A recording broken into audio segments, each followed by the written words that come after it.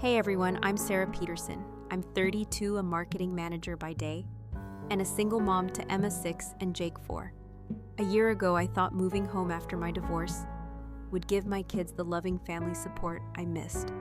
Instead, I found myself standing outside my childhood home, literally left out in the cold. Today, I want to share how that moment became the spark that helped me build a life and a Christmas where I finally had all the room I needed. They say home is where the heart is. For me, that heart used to beat in a century-old house on Maple Street. My childhood home, the place where Christmas meant cinnamon-scented mornings. Dad dressed as Santa and Mom hanging garlands until her fingers tingled. But last December, I learned that home can also slam a door in your face. I remember the snow crunching under my boots as I stood on the front porch, Emma clutching my hand and Jake clinging to my coat. Their scarves were wrapped too tight, their mittens slipping as they peered through the frosted glass. Behind that window, my family laughed, my mother, my sister Jennifer, and her twin boys, unwrapping gifts by the glow of twinkling lights. Their laughter felt miles away, even though they were only 18 feet behind the door. "Mommy, why aren't we going inside?" Emma's voice trembled. Her 6-year-old eyes were wide and hopeful like little Christmas stars. My throat tightened. I hadn't told them where we were going. I'd smiled and said it was a surprise. Now her hope felt like knives twisting in my chest. I thought of how my parents used to throw open that very door for every cousin, aunt, uncle, and neighbor. The dining table would sag under the weight of mashed potatoes and pies, 18 plates laid out in perfect symmetry. There was always room, always. I knocked once, quieter than I meant to. The music inside flickered off. A moment of silence, then muffled footsteps. The door cracked open, and there was mom, hair pinned up in silver-sparkled clips, cheekbones rosy from the fireplace heat, but her smile froze the second she saw me. "Oh, Sarah," she said, voice polite. "I didn't realize you were coming by today." She didn't move to let us in. A draft of warmth and pine needles billowed around her. Behind, I made out Jennifer's voice, higher-pitched, calling out, "Boys, come see what Santa brought," and twin giggles. "I thought dinner was at 6, I replied, trying to sound steady. I'd confirmed last week. I'd planned every detail so Emma and Jake could feel the magic of the season. I'd texted reminders, shared my excitement. Tonight I had visions of their faces lit by candlelight of Mom's famous cinnamon rolls, waiting for them on a tray. Mom glanced over her shoulder. "Well, it's just that this year we don't really have room," she said, brow furrowing. "You know how the boys get when it's too crowded." She spoke as if we were a storm of snow, a blizzard she couldn't accommodate. My heart pounded so loud I thought they could hear it. "Mom, this house fits 20 people. You fit 20 people last year." My voice cracked at the end. "We'll see you tomorrow for leftovers," she offered with a tilt of her head, "once we clean up." But I began. She closed the door before I could finish. The click sounded final. I stared at the wood panel framed by frosty holly wreaths as Emma tugged my coat. "Mommy," Jake said from behind, tiny face scrunched with confusion. "Are we having Christmas?" I knelt, brushing a flake of snow from his cheek. "We are," I lied, my voice unsteady. "We're going to have the best Christmas ever." In the car, I sat on the hood for a moment, watching the glow of that house feel warmer than my own coat. Emma leaned against me, Jake's head on my shoulder. "Will Grandma come?" Emma whispered. My world had split in two, the one I'd known full of traditions and safety, and the one I lived in now, a single mom starting over, facing the reality that I was an afterthought. 6 months earlier, my divorce had been finalized. It wasn't explosive, just 2 people growing apart. At 32, armed with 2 kids and a marketing job that barely paid rent, I moved back to the nest I thought would catch me. Instead, I was testing its strength, finding out how far it would let me fall before letting me in.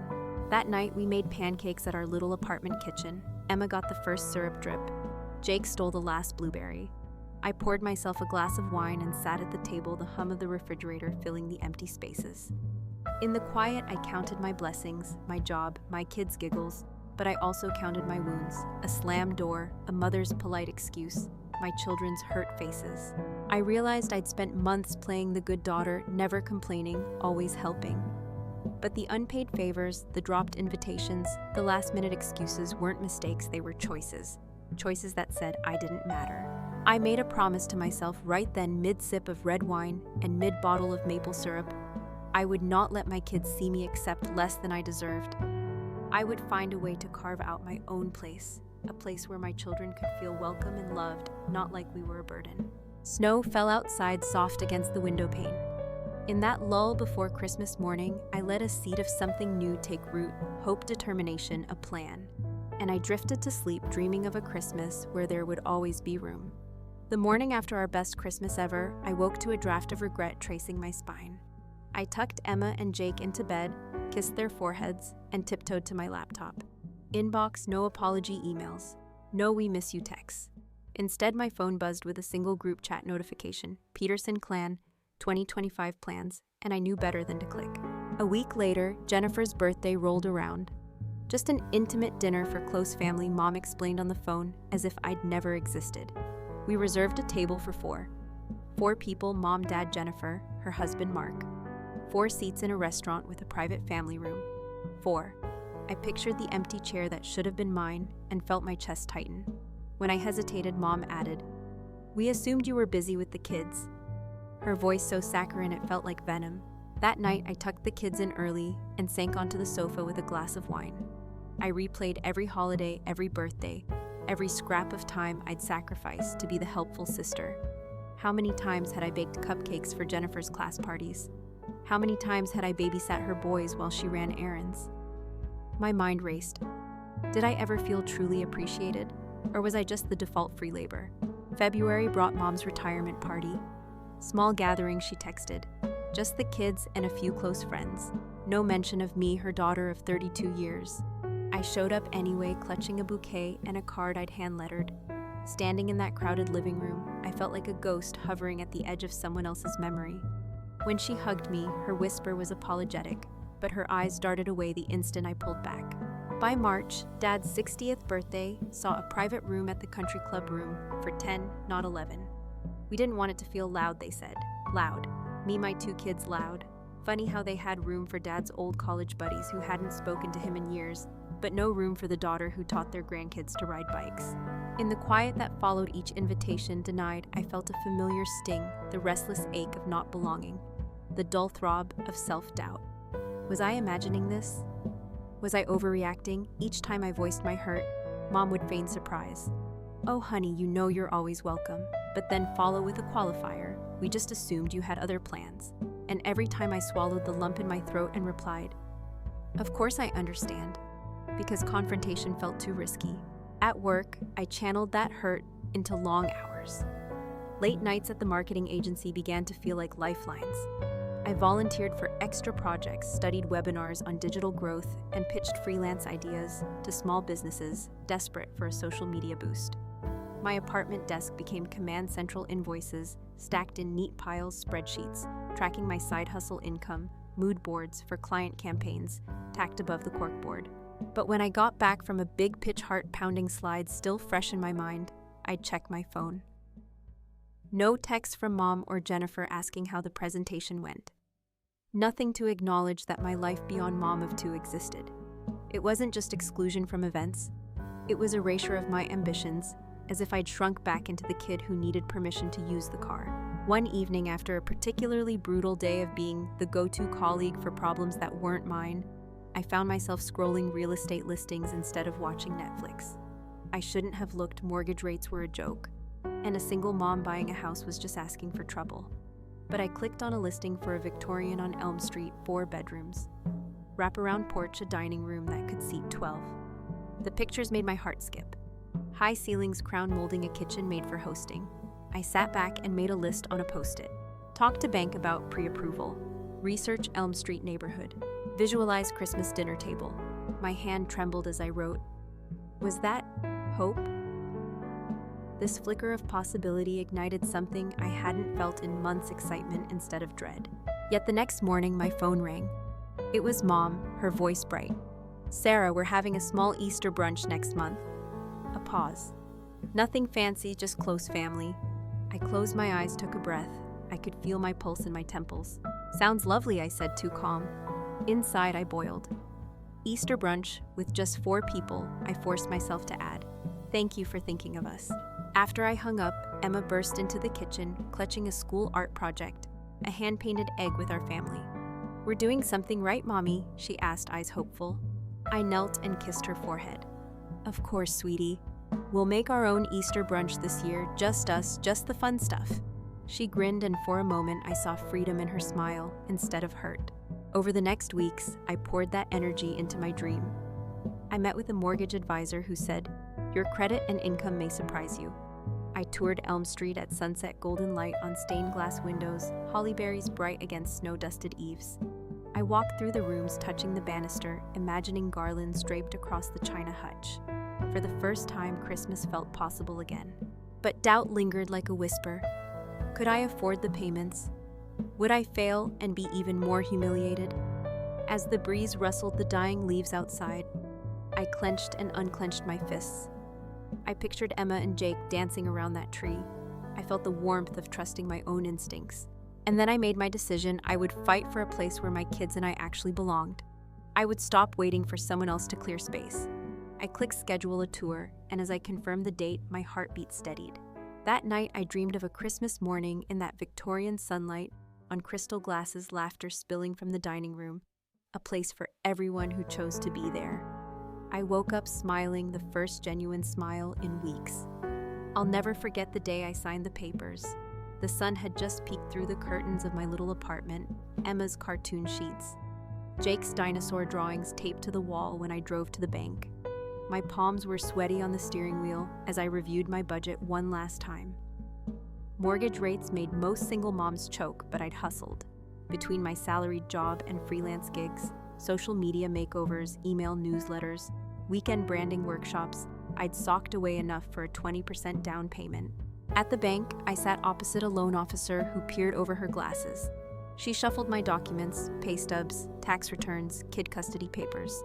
"You know," she said, sliding a pen across the desk, "it's unusual for someone in your position to qualify for this much." Her tone wasn't condescending exactly. More surprised, like she expected me to fail. But at that moment, I felt anything but failure. I felt unstoppable. I signed, initialed, and sealed the deal on a 4-bedroom Victorian on Elm Street. That afternoon, I drove down Maple to Elm. The neighborhood felt familiar, yet new, like seeing an old friend after they'd gotten a haircut. The house sat on a corner lot, its wraparound porch dotted with gingerbread trim details. I pushed open the gate. It squealed like it hadn't been used in years. Inside, dust motes danced in the golden light. High ceilings, original hardwood floors, a fireplace big enough for Santa's workshop, everything whispered possibility. I wandered through the rooms, picturing where each piece of my life would go. The kids' rooms on the east side, where morning sun would wake them gently. My home office in the front room, where I'd quit logging into the agency's VPN at midnight and start dreaming up my own clients' campaigns instead. And that dining room, my jaw dropped when I stood at its threshold. It easily held a table for 12+ space for an upright piano and 2 velvet wingback chairs. I could almost hear laughter echoing off those walls. For weeks, I split my time between packing boxes in the apartment and coordinating contractors at the new place. I plastered Pinterest boards with kitchen backsplash ideas, sourced a vintage chandelier on Facebook Marketplace, and ordered custom drapes that would complement the original stained glass windows. Every evening, I came home with paint swatches in my purse, telling the kids, "Pick your colors." Emma chose sky blue. Jake picked a forest green. Their excitement made me think I was doing the right thing. Of course, word traveled back to my family. I got calls from Mom and Jennifer that sounded like they were fishing. "Mom, is that a bit much for someone in your situation?" "Jennifer, are you sure you thought this through?" I answered politely, plastering on a smile I didn't feel. "I did my homework," I'd say.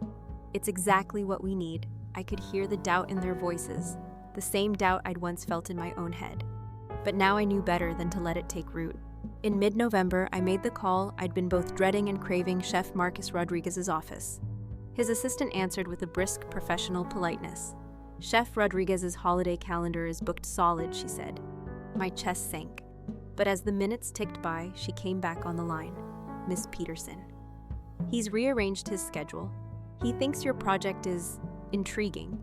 My heart leaped. I didn't have to beg. I was the client he wanted. Back in the Elm Street kitchen, still strewn with paint cans and drop cloths, I imagined the day he'd wheel in his knives and pans, the aroma of rosemary and truffle filling the air. I pictured Emma's eyes widening, Jake bouncing on his toes, real magic happening under my roof. That's when I decided on my guest list. No cousins, no in-laws who'd never said hello. Instead, I called Lisa, my college roommate, who once slept on my couch when her apartment flooded, and invited her and her 2 girls. I called Mrs. Chen, the kindly widow next door, who taught Emma to bake sugar cookies one rainy afternoon.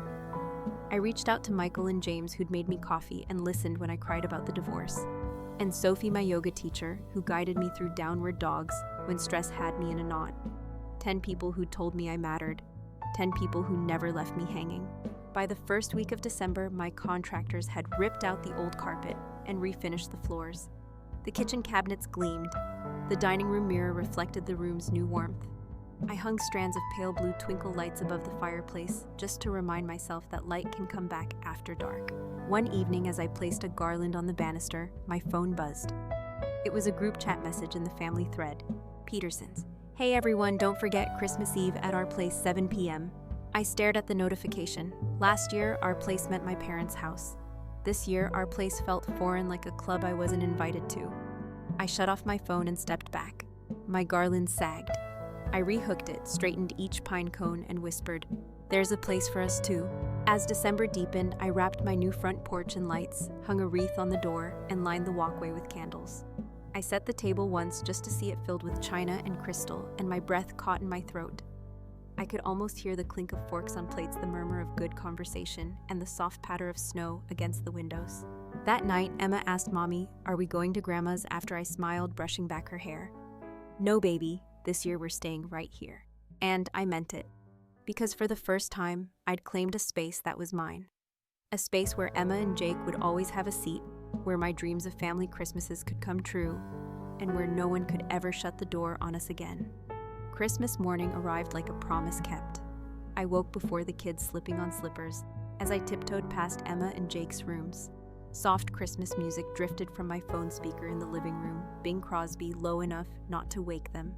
I poured coffee into my favorite mug and surveyed the house, fresh pine wreaths on every door, twinkling lights over every window, and in the dining room. My breath caught. The table was set for 10 white china, edged in gold crystal glasses, catching the morning light, linen napkins folded into perfect fans. At the head sat a small place card reserved for Mom. I traced the letters with a fingertip, then laughed softly. I didn't expect her to show up, but I wanted her to know there had been room all along. The front doorbell rang at 10:00 sharp. I opened it to Mrs. Chen, arms full of her famous peppermint cookies. Her smile, warm, genuine, was the first genuine welcome I'd felt from a parent figure in months. Behind her, Lisa and her 2 girls arrived, each carrying homemade ornaments for our tree. Michael and James pulled in next, juggling a box of gourmet cheeses and a small poinsettia. Sophie hovered at the end, carrying a sack of scented candles and her camera-ready boyfriend, who offered to photograph the day. Emma and Jake burst down the stairs, eyes wide. "Mommy, it's perfect," Emma exclaimed, rushing to hug me. Jake ran straight to the mantel where a tiny train circled our tree. Their laughter filled the room with a warmth no fireplace could match. I greeted each guest at the door, thanking them for coming. The house felt alive, snow boots shedding by the bench scarves draped over coat racks. Tiny handprints pressed into the frost on windows. In the kitchen, Chef Rodriguez and his sous chef moved like choreographed dancers. Pans sizzled, aromas of roasted duck and truffle risotto curled through the air. I watched them work, feeling pride I'd never associated with Christmas before. This was my creation. At noon, we shifted to appetizers, caviar blinis, mini beef, Wellington bites, and a delicate cheese board. Michael's partner James complimented the wine pairings, describing each note with ease, and every time he spoke, I caught the kids leaning in, amazed by grown-up conversation. Then a hush, Chef Rodriguez himself emerged from the kitchen, wiping his hands on a pristine towel. He laid out the main courses in a ceremonial procession: herb-crusted rack of lamb, cherry-glazed duck breasts, and a bowl of the fabled truffle risotto. My guests murmured appreciatively. I raised an imaginary champagne flute. To us, I said, voice shaking. To chosen family, they echoed, the toast glasses clinking in soft celebration. Midway through the meal, I glanced at my phone, 11:45 a.m. in Bangkok time. Messages still unread from Mom and Jennifer, but here in this room, I was seen. I watched my kids pass, plates taste new flavors, giggle at Lisa's daughters painting whipped cream whiskers on their noses. I felt tears prick my eyes, not from hurt, but from relief. I had given my children a memory no slammed door could erase. After the main course, Sophie's boyfriend guided everyone to the living room for dessert, a towering chocolate Yule log peppermint panna cotta, and lavender macarons that tasted like winter in Provence. He snapped candid shots, Emma offering a macaron, to Mrs. Chen Lisa's girls, tangled in ribbon, Michael whispering a joke to Jake. Later, I'd share these on social media, proof that magic isn't a place, but a feeling. As the afternoon sun dipped low, we wrapped gifts. Each person had brought something small, homemade, heartfelt. Lisa's eldest daughter gave Emma a hand-stitched ornament. Michael and James handed Jake a miniature magic kit. Mrs. Chen pressed a warm loaf of cranberry orange bread into my arms for later. I watched my kids beam, trading gifts with care and gratitude. When the last guest hugged me goodbye, each lingering in the doorway as if savoring a moment they didn't want to forget. I closed the door on them, my heart so full it ached. I surveyed the aftermath: crushed cookie wrappers, stray ribbon curls, half-drunk glasses of red wine. It was beautiful chaos. I sank onto the sofa, wrapping a fleece blanket around my shoulders. Emma clambered onto my lap. "Mommy," she said, "this is the best Christmas ever." I kissed her hair, my heart soaring. "Me too, baby. Me too." That evening, after the kids were asleep, I scrolled through the day's photos. I picked 3 to post: the table set at dawn, the kids laughing at dessert, the final group shot with everyone raising their glasses. Caption: Christmas 2024, we made our own magic surrounded by people who choose us. I hit post and watched the likes and comments pour in, friends from college marveling at the decor, clients asking for Chef Rodriguez's number, strangers sharing their own stories of carving out new traditions. Then silence from my blood family. No Merry Christmas, no guilt-tripped apology. And for the first time, that silence felt liberating, because I knew exactly what they were missing: a place where everyone mattered, where love was shown, not just said, and where there would always be room at the table. I closed my phone and sat in the glow of the twinkling tree, the last crumbs of pumpkin pie on a plate by the fireplace. In the quiet, I realized my revenge hadn't been a spiteful act. It was simply building a life that refused their limits. My children would grow up knowing that they're worthy of space, of warmth, and of people who choose to be there every day. And in that realization, I found a gift more precious than any truffle risotto: the knowledge that no door could ever keep me and my family outside again. The morning after our radiant Christmas celebration, I woke to the soft glow of my tree lights and my phone buzzing insistently on the nightstand. I'd expected some kind of reaction from my chosen family, maybe a text thanking me for inviting them, or from Chef Rodriguez's team with final invoices. But instead, it was my regular ringtone flashing "Mom." I took a deep breath before swiping to answer. Her voice was tight. "Sarah Elizabeth Peterson." She began as though reading from a script. "What is the meaning of these photos on Facebook?" I sank back against the headboard, rubbing sleep from my eyes. "Meaning," I echoed. "Mom, I posted pictures of our Christmas. It was beautiful. Why is that a problem?" She huffed, and I heard Jennifer in the background. "It's embarrassing," Mom snapped. "Everyone's asking why we weren't invited, and I don't know what to tell them." I pictured Dad turning red at dinner parties, neighbors whispering across wine glasses. For decades, they'd made room for everyone until suddenly there wasn't room for me and my kids. I breathed out slowly. "Maybe you can tell them the truth," I said evenly. "Last year you told us there wasn't enough room, so I made my own Christmas." The line went silent. Then Mom's voice softened to a whine. "Sarah, you don't understand. We were overwhelmed. We'll make it up to you." "Mom," I said, "this isn't about overwhelm, it's about choice. You chose to exclude me. I'm not asking for anything now except basic respect." I hung up before she could respond again. For the first time, I didn't feel guilty. I felt empowered. Before I'd processed that call, Jennifer called next. Her voice dripped faux concern. "I just saw the pictures. That place looks stunning. Who's the caterer?" I bit back a laugh. "Chef Marcus Rodriguez. He only takes private bookings you have to fight 6 months for." She made a strangled noise. "How did you get him?" I asked nicely, I said with a shrug I knew she couldn't see. "And I didn't talk down to his staff." There was a pause long enough for me to pour coffee. Then Jennifer blurted, "Are you trying to make us look bad?" I leaned forward, yes on the tip of my tongue, but I stuck to truth. "No, I'm trying to live my life without begging for scraps." I ended the call. A few days later, Jennifer showed up unannounced at my front door. She stood on my porch, arms folded, feet tapping against the welcome mat I'd laid out that morning. She looked around, taking in the freshly painted trim, the puff of holly above the door, the glowing lanterns lining the walkway. "Nice place," she said, eyes flicking to my nameplate. It was the opposite of a compliment. Thanks, I replied, stepping aside to let her in, because I'm nothing if not polite. Would you like some coffee? She hesitated, then followed me into the living room where holiday decor still hung crisp and perfect. The tension coiled in her shoulders. She found a spot on the couch and sat like she was planting an argument. I came to talk, she said. I feel terrible about all this. Mom's been crying. Dad won't stop calling. I thought maybe we could, fix things. I settled onto the armchair opposite her. Jake was playing with blocks on the rug. Emma was sewing felt ornaments at the coffee table, oblivious. I watched my daughter's steady hands and felt the answer form in my mind. Jennifer, you want to fix things, start by understanding why this happened. You and Mom and Dad made me feel like garbage all year. Invites that never came, last-minute plans that conveniently left me out. Gaslighting when I asked what was wrong, that created the silence you're so panicked about now. Her lip quivered. I'm sorry, she whispered, but I wasn't interested in empty words. I appreciate that, but sorry. Doesn't unfreeze my kids on that porch, I said softly. If you want a real apology, it's going to take actions, not just words. You can't just show up and expect me to pretend none of this hurt. Her eyes filled and she looked away. She stood smoothing the fabric of her coat. I get it. I'll try to do better. She leaned forward awkwardly for a hug. I paused, then hugged her. It was small but honest. After she left, I sank onto the couch next to Emma. She looked up concerned. Is Aunt Jen okay? She asked.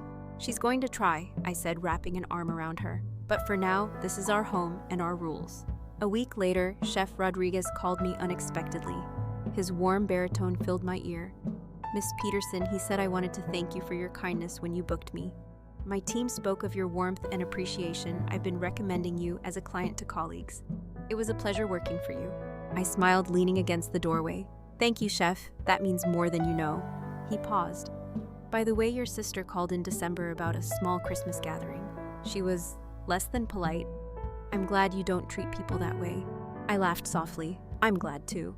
By mid-January, life at Elm Street hummed with new energy.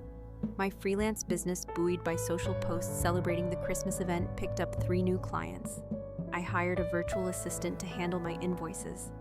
Emma's teacher emailed about her confidence in class. Jake made his first soccer goal. I watched them flourish in a home that held space for them. When I scrolled through my family thread, a silent monument to their guilt and confusion, I no longer felt the itch to beg for approval. Their invitation, or lack of one, was no longer my measure of self-worth. I'd built a life where my needs mattered, where my children felt love without question. That week, Emma asked Mommy, will we have another big Christmas this year? I set aside my work report and crouched beside her. Yes, baby, but it's not just about Christmas. It's about knowing you deserve to be chosen every single day. She beamed and hugged me tight, and I knew I'd given her a lesson no gift could match. As for the rest of my family, the door remains open. They know where to find us, and they know the price of admission: genuine respect, heartfelt inclusion, and the understanding that actions, real, consistent actions, matter more than words. In the end, the ripple effect of that one Christmas Eve slammed door led me to stand firm, claim my worth, and create a home where love isn't conditional. And honestly, that's the sweetest kind of victory. Thank you all for coming along on this journey from being left out in the cold on Christmas Eve to building a home where every seat is filled with people who choose to be there. If there's one thing I hope you take away, it's this: you don't have to beg for scraps of affection or acceptance. You deserve spaces, both physical and emotional, where you're celebrated, not sidelined. If you've ever felt uninvited by the people you love most, drop a comment below and share your story. Let's remind each other that we have the power to make our own tables, our own traditions, and our own chosen families. If you enjoyed this story, please give it a like, subscribe for more real-life dramas and hard-earned victories, and ring that bell so you never miss a tale of resilience and redemption. And hey, if you're planning your own comeback Christmas, check out the playlist on your screen for stories about setting boundaries, taking up space, and thriving on your own terms. Until next time, remember, when one door shuts, build your own table and your best life right where you stand. Happy holidays, and I'll see you in the next video story. At 12, my parents abandoned me to a beach life and placed me in foster care. They were pleading with me for aid at the age of 23. As a result, I expelled them from my graduation celebration. I'm 24 years old and go by Noah. However, this story started when I was 12 years old. At the time, my family seemed to me to be very typical or average. Although we were not wealthy, we appeared to be doing well and had a respectable home and wardrobe. My parents, Diane and Russell, pretended everything was fine, until it was, that is. Then there was Lily, my sister. The golden child was Lily. You are aware of the kind. Teachers loved her. Her parents were raving about her nonstop. If she really did sneeze, it was regarded as a masterpiece. Me, I was only Noah. It wasn't that I was a bad kid, but everything I did was just background noise. Lily received the fridge space for her drawings while I got a slap on the back, and that's nice, Noah. And the truth is, I didn't resent Lily for it. It wasn't her fault. They treated her like a trophy, and me as if I didn't exist. But it made me feel unimportant. Anyway, the day everything came apart began very routinely. I was in my room playing with some old action figures that I hadn't completely outgrown yet. But Diane then summoned me downstairs. And that strange voice parents use when they're trying to appear calm. But you can tell something's up. I figured I had left the milk out or forgotten to do a task. When I walked into the living room, Russell and Diane were both sitting on the couch, looking far too serious to be discussing milk. Sit down, Noah, Russell instructed, motioning to the chair across from them. His tone was tight, as if this were a meeting rather than a family talk. But Diane, on the other hand, was doing her best to be empathetic. But something felt odd. I sat down confused. Diane took a big breath and stated, Noah, we need to talk about something important. My immediate reaction was that somebody had died. Perhaps it was a grandfather I scarcely knew. But then Russell stated, we've had some financial difficulties and can't afford to take care of you anymore. At first, I assumed I had misheard him. What do you mean, can't afford to take care of me? Am I some kind of subscription you're canceling? I just gazed at them, trying to absorb what he'd said, but Diane kept going. It's not your fault, sweetie. This is something we've been struggling with for a while, and we had to make a really hard decision. A difficult decision, right? They made it sound as if they were considering which cable package to keep, not whether or not to abandon their child. I inquired what they meant, hoping it wasn't what it sounded like. Diane stated that they had found me a foster home, but it was just temporary. She continued uttering that word as if it was meant to make me feel better. Why can't Lily go to the foster home? I said. I was desperate to comprehend. Diane's face grew chilly for a short second before she said, Lily's in school. Noah, she needs stability, as if I didn't. Russell interjected before I could say anything else. This isn't about choosing one of you over the other, it's about what makes the most sense right now. I started crying, and it wasn't the silent type. It was ugly, full-fledged crying. Because how else would a 12-year-old react when told his parents are giving up on him? Diane attempted to hug me, but I pulled her away. Why are you doing this? I asked again, but all they did was regurgitate the same rehearsed phrases about difficult decisions and financial troubles. The following day, they prepared a tiny bag for me and drove me to the foster home. The ride there was quiet. Not the kind of quiet where people are deep in concentration, but the kind where the tension is palpable in every breath. I continued staring at them, expecting that one of them would glance back at me and say, This is a mistake. You're returning home. But they didn't. When we arrived at the house, I waited in the car for a bit, thinking they changed their minds.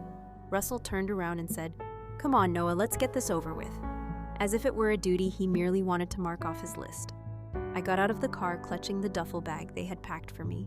The foster parents, Mr. and Mrs. Bennett, were standing at the entrance. They appeared pleasant, but I scarcely noticed them. All I could think of was that my parents were ready to leave me there. Diane knelt in front of me and said, We love you, Noah. This isn't goodbye forever. Just give it some time, okay? She kissed my forehead, but it didn't seem reassuring. It felt as if someone had stamped a return label on me. Russell shook my hand, neither a hug nor a handshake. Like I was a distant cousin, he hardly knew. Then they were gone. I stood on the porch watching their car disappear down the street, my chest feeling heavier by the second. I kept thinking they'll be back. They need to come back. However, they didn't. That night I kept repeating the day in my mind. What did I do wrong? Was I not good enough? Why Lily, not me? Those questions stayed with me for weeks. The worst part was that I had no answers. All I had was their word that this would be transitory. Even though I wanted to believe it, I had a nagging feeling that I'd never see them again. Looking back, I understood that was when everything changed. It wasn't simply about their departure. It was about how they left. As if I were a burden, they were relieved to get rid of. But at 12, I didn't have the words to process it. All I knew was that my parents had driven away and I was alone. Over the next 3 days, the Bennetts attempted to make me feel at ease. Mrs. Bennett prepared pancakes for breakfast every morning. Mr. Bennett would occasionally enter my room and ask me random trivia questions. Despite their attempts, I was not ready to trust them or anybody else. My parents had promised me that this was just temporary, so I clung to it like a lifeline. I kept telling myself that they would call, explain everything, and I'd be home before I knew it. But days slipped into weeks into years, and they said nothing. It wasn't until I returned to school that I realized how serious my position was. Kids at school noticed I was new and asked me a variety of questions. Where are you from? Why did you relocate here? I didn't have enough energy to explain the reality, so I made up vague replies like, oh, my parents are working in another state for a while. Just saying those words made my lips bitter. One afternoon after school, I sat in the Bennett's living room scrolling through my phone while avoiding schoolwork. That's when I made the mistake of searching for my parents online. I wasn't sure what I was looking for, maybe just an indication that they were still thinking about me. What I discovered instead knocked the wind out of me. They were smiling on a beach with the ocean behind them, appearing happier than I had ever seen them. The caption accompanying the photo said, "Finally living our dream life." As I looked through their photos, my stomach turned pictures of exotic holidays, expensive dinners, and of course Lily. She appeared in almost every shot, usually front and center, with comments like, "Our amazing daughter." It was as if I did not exist. The longer I scrolled, the angrier I became. They said they couldn't afford to keep me, but here they were living like influencers, and Lily was not in foster care like me. She was still among them, smiling at the camera, as if everything was fine. I felt as if my head was spinning. They hadn't simply abandoned me, they had obliterated me. What struck me the most was not simply the images. It was a travel blog. Yep, they had a blog where they documented their path to freedom. They wrote about how letting go of worldly stuff, or myself, had given them insight. I went down to the comments, but this time something stuck out. There was a comment from an account without a profile photo. It was written, "Must be nice running away and leaving everything behind. Hope it doesn't catch up to you." I frowned. The comments felt cutting, as if they were meant to cut through whatever shiny picture Russell and Diane were attempting to present. My thoughts raced. What did the commenter mean by leaving everything behind? Were they discussing me or something else entirely? I clicked on the comment, but the account was private, and their profile image was simply a blank gray circle. I continued to browse down the page, hoping for more. In another photo of Diane enjoying a tropical drink, someone wrote, "Guess skipping town was worth it after all." My chest clenched as I focused on the words "leaving town." Why would somebody say that? I read through more comments, but nothing was as pointed as those two. Most people congratulated them and expressed how inspiring their lifestyle was. I wanted to shout at those folks for not seeing beyond the facade. I could not let it go. Are those comments from random trolls, or do they know something I don't? Russell and Diane were used to lying. They had informed me that they couldn't afford to care for me, but this was clearly not true. Was there more to it? I couldn't quit thinking about the questions, but what could I do? I didn't have access to their history or secrets. All I could do was stew on those mysterious words, wondering what else they were hiding. I closed my laptop, my hands trembling.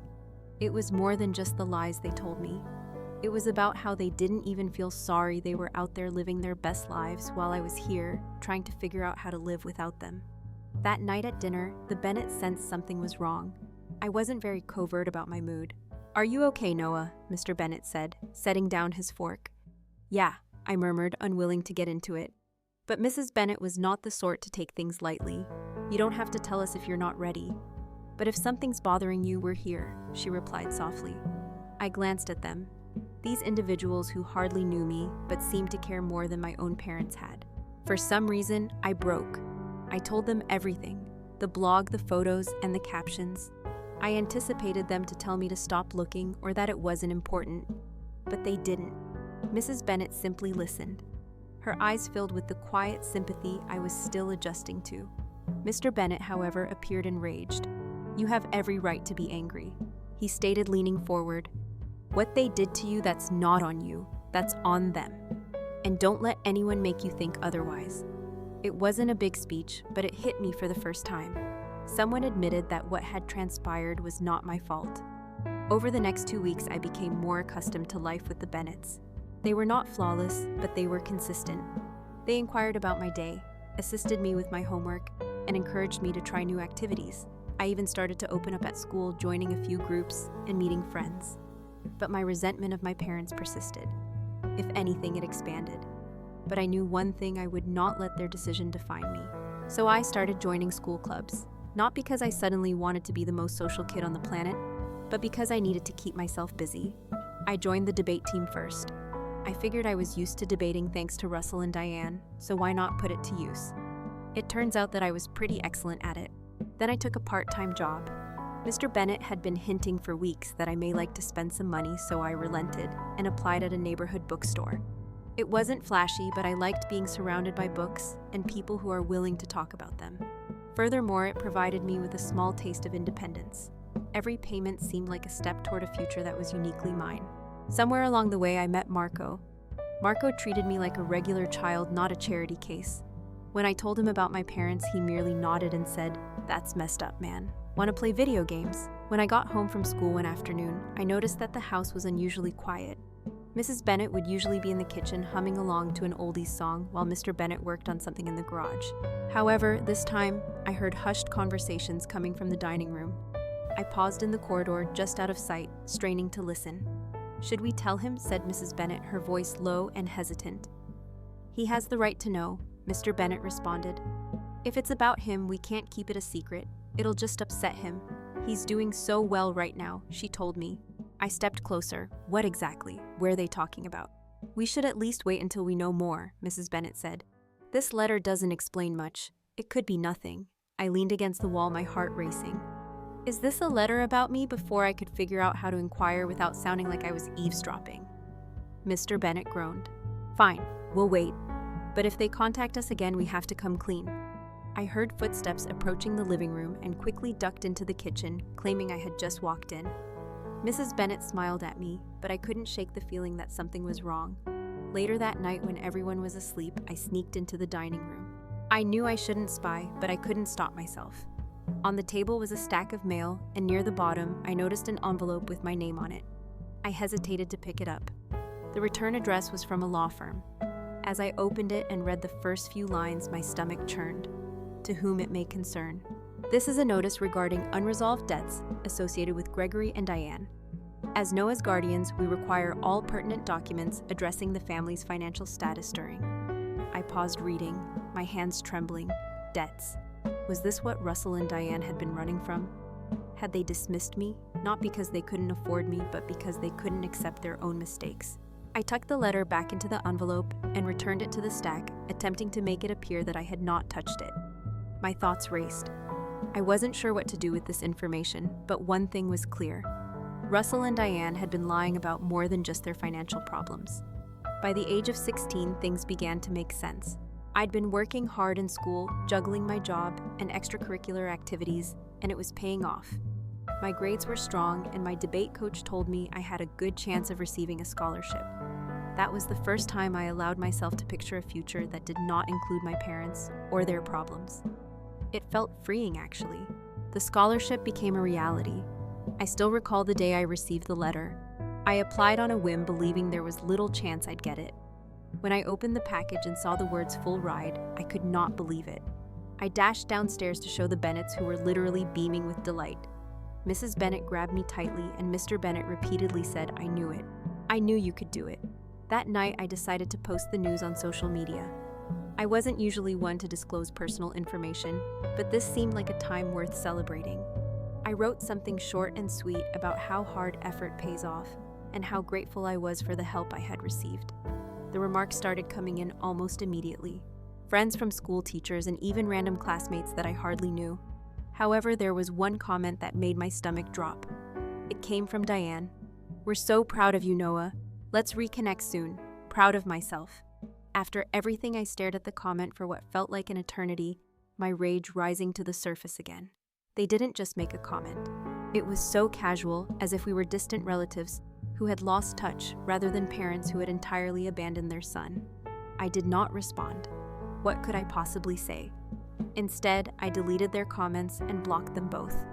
That's when I understood I didn't need their approval or guilt trips. The scholarship gave me a renewed feeling of purpose. I poured myself even deeper into my studies, determined to prove to myself and perhaps to them that I could succeed without their assistance. Mr. Bennett began teaching me little financial literacy lessons, which I found interesting. He showed me how to save budget and set long-term goals. It wasn't flashy, but it was practical and offered me a sense of power that I hadn't experienced before. With their support, I began instructing younger pupils after school. It was not something I had ever imagined myself doing, but it turned out I had a talent for describing things in a way that made sense. Plus, it felt wonderful to aid suffering kids, especially since I knew what it was like to be left behind. One day during one of our tutoring sessions, Marco inquired about my ultimate aim. Like, where do you see yourself in 5 years, he asked, reclining back in his chair as if it were the most simple question in the world. I paused for a second before responding. I just want to be stable, like have my own place, my own life, and not feel like I'm relying on anyone else. That's solid, he remarked, grinning. But don't forget to have some fun along the way. Marco's remarks stayed with me.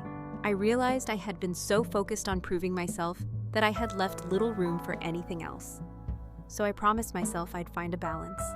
I kept working hard, but I also began saying yes to things I normally avoided: game nights with friends, unplanned road vacations, or simply hanging out at the park on a quiet Sunday. It wasn't much, but it reminded me that life doesn't have to be all work and no play. By the end of the year, I felt like a new person. I wasn't simply surviving anymore. I was prospering. The Bennetts had become my rock. Marco was like a brother to me, and it seemed like I was finally on my own road. My parents' absence still hurts, but it didn't define me. If anything, it motivated me to continue moving forward. Then everything changed when my graduation day arrived. It was meant to be the pinnacle of everything I had worked for. It was the day I would finally step up, surrounded by everyone who had supported me, and proclaim I made it. The weeks before graduation were a haze. I had scarcely any time to think. The Bennetts were ecstatic, planning a modest celebration at their home following. Even Marco, who usually dismisses anything mushy, looked genuinely excited for me. I recall the morning of graduation like it was yesterday. My mind raced with memories of everything it had taken to get here. From the minute my parents dropped me off on the Bennett's doorstep to the evenings I spent studying simply to prove to myself I could do it. I thought about everything. Mrs. Bennett had ironed my graduation gown the night before and left it on my bedroom door with a letter that said, "So proud of you, Noah." I grinned when I noticed it. It wasn't just the note. It was everything they'd done for me in the previous 5 years. They were no longer merely foster parents. They were my actual family. The ceremony was just as you'd anticipate. When my name was called, I crossed the stage to receive my diploma, and for a brief minute, it seemed like time had stopped. The crowd was cheering, and I could hear the Bennetts and Marco calling out my name like I was a rock star. It was just what I had hoped for, but of course, nothing in my life remains great for long. Following the ceremony, we gathered outdoors to snap photographs. The Bennetts were grinning, and Marco was cracking foolish comments about how my diploma was probably scribbled in crayons. Lily had even shown up, which surprised me because she normally kept to herself. My world seemed perfect until I saw them. Russell and Diane stood at the fringe of the crowd. At first, I assumed my eyes were playing tricks on me. I hadn't seen them in years, and I certainly hadn't invited them. But there they were, dressed like they'd just gotten off a cruise ship, surveying the crowd, as if looking for something or someone. I attempted to ignore them, expecting they would leave once they realized I was not going to address them. But Russell caught my eye, and before I could look away, he began marching toward me, bringing Diane along with him. My chest constricted as they approached, their features painted with phony smiles. "Noah," Diane remarked, her tone far too upbeat for someone who had abandoned their child. "You look so grown up." Russell clasped my shoulder as if we were old friends catching up. "We're so proud of you, son. This is such a big day for all of us. All of us." I laughed at the arrogance of that assertion. I stared at them, unsure whether to shout, cry, or walk away. The Bennetts and Marco were standing a few steps away, evidently perplexed, but unwilling to intervene. "What are you doing here?" I questioned, my voice firm, despite my quivering palms. "We came to celebrate with you," Russell explained as if it were the most natural thing in the world. "We've made mistakes, Noah, but we always wanted the best for you," Diane added, her voice dripping with fake sincerity. "We've missed you so much. We thought this would be the perfect time to reconnect as a family. You don't get to call yourselves my family, I told you. You abandoned me. You left me with strangers and didn't even bother to check if I was okay. And now you want to show up like none of that happened." Diane's smile faded and Russell's face grew red. "That's not fair, Noah," Russell responded calmly. We did what we thought was best for everyone. Best for everyone, I countered. You mean best for you. Don't stand here and act like you did this for me. You were living your dream life while I was trying to figure out how to survive without you. People were starting to take notice. The Bennetts moved closer, their expressions a mix of concern and rage. Lily surprised me the most. She stepped over to Russell and Diane and told them, "You don't get to ruin this for him. You've done enough." It was the first time I'd seen her stand up to them, and I couldn't have been more proud. Russell attempted to protest, but Diane tugged on his sleeve, muttering about generating a scene. They both gave me one more glance, their faces filled with frustration and pity, before turning to walk away. The Bennetts were quick to step in, hugging me and reminding me that today was about my accomplishments, not their turmoil. Marco offered me a tissue and mumbled something about how I should charge them for emotional damages, which made me chuckle. The remainder of the day was a blur. We returned to the Bennetts' house, where they had adorned the backyard with streamers and balloons, and for a few hours I forgot about Russell and Diane and simply enjoyed being around those who genuinely cared. That night, after everyone had gone to bed, I sat on the porch with Lily. She turned to me and said, "I'm sorry for everything. I didn't see it before, but you were right. They manipulated us. They only care about themselves." I didn't know what to say, so I simply nodded. We sat there silently for a bit. I felt Lily and I were on the same page, and that was plenty. That day wasn't just about graduating. It was about finally standing up for myself and cutting links with those who had attempted to bring me down. It was not easy, but it was necessary. But I knew my folks were not finished yet. Their unexpected contact with me, as well as their insistence on returning to my life after all these years, gave me the impression that something was wrong, and I couldn't be more correct. A week after graduation, Diane sent me an email. At first, I assumed it was an apology, but deep inside, I knew better. It was lengthy, full of half-truths and justifications. She talked about how difficult things had been for them, how they made mistakes, but always had my best interests in mind. She then said to me, "We hope we can move past this and reconnect as a family. You're doing so well and we're proud of you. Maybe you could help us out during this tough time." Help them out. After everything they'd done, or more properly not done, they had the audacity to beg for my assistance. It was humorous in an unfunny sense. I did not respond. I deleted the email and blocked their address. But the rage persisted like an unwelcome visitor. Lily had been keeping an eye on them more out of curiosity than anything. She updated me on their newest shenanigans. They had spent their funds attempting to maintain the image of their so-called dream life, which they couldn't afford. The travel blog had failed, leaving them with nothing except debt and poor credit. They had sold the majority of their stuff and were couch surfing with distant relatives, who, according to Lily, were losing patience with them. "They're a mess," Lily commented one night while on the phone, "but they keep blaming you for everything. They believe that if you simply forgive them, everything would automatically improve." "Forgive them? For what, making me homeless at 12? I snapped, bitterness evident in my voice. Lily sighed. "I am not saying they are correct, Noah. I'm only telling you what they are saying. Their downfall was not something I cheered for, but I couldn't say I felt sorry for them either. They'd made their decisions, and now they were coping with the consequences. Meanwhile, my life was progressing. One afternoon, I received a notification on my phone that left me dumbfounded. Russell and Diane had found me on LinkedIn. They'd commented on a post I'd written about my future scholarship, saying, "We're so proud of you, Noah. Let's catch up soon." It was almost identical to the comment they had made on my graduation post. I had no idea they knew how LinkedIn operated. I instantly blocked them, but that wasn't enough. They started messaging people in my network, including coworkers, professors, and the Bennetts. The texts were all the same. A combination of guilt-tripping and plain lies about how I had abandoned them. One of the messages got to my employer at the bookshop, who called me aside one day to inquire what was going on. "Look, I don't want to pry," she explained, "but someone pretending to be your parents sent us an email." It was weird. I felt humiliated. "I'm very sorry," I said. "They are not actually a part of my life. I'll handle it." To her credit, my employer did not press me for information. She simply nodded and added, "Well, if they bother us again, let me know. We have your back." Hearing that was reassuring, but it also showed me how far Russell and Diane were willing to go. They were not only invading my personal life, but also attempting to undermine my professional one. Around this time, Lily stepped in, issuing a public statement on social media and calling them out. She didn't hold back telling us how they abandoned both of us and refused to accept responsibility for their actions. Noah and I have fought hard to rebuild our lives without their help, she wrote. We do not owe them anything. Her post went viral, and hundreds of others commented in support. While it was encouraging to have so many strangers supporting us, it also exacerbated the issue. Russell and Diane began striking out, writing their own dramatic rants about how ungrateful we were and how much they had done for us. Their messages were full of half-truths and plain lies, but as they spoke, more people saw through them. Then Lily called me, her voice strangely enthusiastic. Do you recall the old storage unit they had? It turns out they stopped paying for it, and the landlord allowed me to take a few items before emptying it out. An hour later, she arrived at my house carrying a damaged cardboard box. You need to see this, she replied, dropping it on the table. Inside, I discovered a folder full of documentation, unpaid invoices, foreclosure notifications, and letters from collection agencies. My stomach dropped as I flipped through them.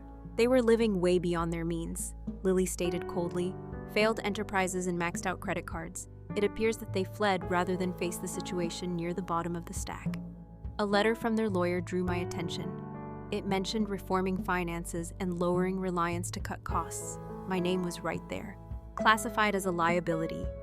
I slammed the folder closed, my hands trembling. They didn't leave because they couldn't afford me. I admitted quietly, but they left because it was easier than cleaning up their mess. Lily paused for a time before responding. I thought you deserved to know. Thanks, I mumbled. After she departed, I glanced at the folder, torn between destroying it and preserving it as evidence. I ended up keeping it for myself rather than for them. By the time I started college, their reputation had deteriorated. People reported their crowdfunding projects as bogus, and even the family they were residing with had kicked them out. According to Lily, they were living out of their car and still believed I owed the money. Meanwhile, I was thriving. College was all I dreamed for, and I was determined to make the most of my scholarship. I have created a modest side business offering financial literacy classes on campus. It wasn't spectacular, but it felt nice to give back, especially given how much the Bennetts had taught me about money management. One day during my second semester, I received a call from Lily. You're not going to believe this, she replied, her tone alternately frustrated and disbelieving. They showed up at my apartment. What I asked as my chest tightened. They were crying, Noah, begging me to convince you to talk to them. They said they're desperate. I sighed and rubbed my temples. What did you say? I told them to leave. I said if they showed up again, I'd call the police. I wasn't sure whether to be angry or relieved. Part of me resented that they were still attempting to draw Lily into their turmoil, but a part of me was proud of her for staying firm. She had come a long way from the timid girl who avoided confrontation at all costs. I did not owe them my forgiveness, money, or time. I owed myself to continue living the life I want, free of their influence. But of course, Russell and Diane were not finished with me. They were not the type of folks who let go, especially not when they believed there was anything in it for them. It began with strange numbers appearing on my phone at all times of day. I normally ignored them, but one day I made the mistake of responding. It was my Aunt Rachel, a relative I hadn't spoken with in years. She did not waste any time. Noah, what is wrong with you? She demanded before I could even say hello. Excuse me, I asked, caught off guard. Your parents are struggling living in their car, and you're just ignoring them like they don't exist. They're your family, Noah. You owe them at least a little kindness. I held down the temptation to chuckle. Kindness. Did they treat me kindly when they dropped me off at a foster home and never looked back? Were they kind to me when they left me to fend for myself at 12? Rachel huffed, obviously not expecting me to push back. They were doing what they thought was best. People make mistakes, Noah. You're being heartless. I hung up. I didn't want to waste my time justifying myself to someone who clearly had no understanding of what I'd been through, or worse, didn't care. Over the next few weeks, I received similar calls from distant cousins, the majority of whom had not contacted me in years. It was the same story every time. I was the ungrateful son, the selfish one who couldn't forgive his unfortunate parents. None of them appeared to realize that Russell and Diane weren't only bad parents. They were toxic, manipulative, and reluctant to accept responsibility for their acts. Helping them would just draw me back into the chaos from which I had fought so hard to escape. When the calls failed, Russell and Diane escalated the situation. One day, I received an email from a lawyer representing them. The subject line itself made my stomach turn. Notice of intent to pursue financial support. I I opened it and skimmed the legal jargon, which boiled down to the following. They were suing me for financial abandonment. According to the email, they believed I had an obligation to support them now that I had achieved success. It was hilarious. First of all, I was not a millionaire. Sure, I was doing well, but I was still in the beginning stages of my profession. Second, I had been in foster care. Legally, I owed them nothing. I emailed the email to a lawyer the Bennetts had recommended, who told me it was a bogus threat. They don't have a case, she explained. They're trying to scare you into giving them money. Don't engage. It was sound counsel, but it left an unpleasant taste in my mouth. After everything they'd done, the thought of them twisting the story to make me the bad guy stung even more. Instead of stewing about it, I focused my energies on my task. By now, my financial literacy classes had evolved into something far larger. What began as a side venture has grown into a full-fledged organization that teaches young adults around the country how to handle their money and plan for their future. I've worked with nonprofit schools and even some well-known enterprises. Every accomplishment felt like a step forward from the person I was before Russell and Diane left me behind. I recently received an email from a producer who learned about my story through one of my nonprofit partners. They were creating a series about resilience and wanted to include me. Initially, I was apprehensive. Did I really want to put my tale out there for everyone to see? But after discussing it with the Bennetts and Lily, I decided to go for it. If sharing my story might make even one child in foster care feel less alone, it would be worthwhile. The filming procedure was strange. They asked whether I wanted to mention anything about Russell and Diane. I deliberated for a long time before deciding to discuss them briefly, not to shame them, but to provide context for my path. They made their choices, I explained during one of the interviews, and those choices shaped me in ways I never expected. But they don't define me. My life now, the family I built, the work I do, that's what matters. But during one of the filming breaks, the producer approached me appearing hesitant. "Hey Noah," she began. "We found something during our research. It's about your parents. Are you okay hearing it?" I raised an eyebrow. At this point, I'm not sure anything could shock me, but go ahead. She took a big breath before proceeding. They were evicted after defaulting on many loans. There is also a history of delinquent debts, which could lead to potentially fraudulent claims. It looks like they skipped town to avoid legal trouble. I stared at her. Fraud allegations. The words seemed heavy, as if they were sinking in slow motion. She nodded. It wasn't anything huge, at least not on the surface. But there was a pattern of failed business ideas, questionable credit card usage, and attempts to obtain loans they couldn't afford. They left many people hanging. The fury I thought I had buried resurfaced, so they weren't simply greedy. They were intentionally defrauding people and fleeing when the consequences became apparent. The producer offered me a compassionate glance. "It appears that way. I felt you should know in case it came up again." I nodded. Even though my thoughts were racing, their lies had always seemed personal, as if they were solely about me. But knowing they had left a trail of ruin made things worse. Everything about them proved what I'd believed all along. They abandoned me because it was convenient a way to cut their losses and start again. However, when the documentary was released, the response was enormous. Messages came in from people who had grown up in similar situations, thanking me for telling my tale. Some claimed it gave them hope. Others simply claimed it made them feel seen. It was unexpectedly humiliating. Russell and Diane attempted to take advantage of the documentary, as one could expect. They went on social media and posted big dramatic rants about how I had portrayed them as villains when they were the true victims. It did not work. If anything, it backfired. People who watched the documentary began calling them out, pointing out flaws in their tales, and questioning their motivations.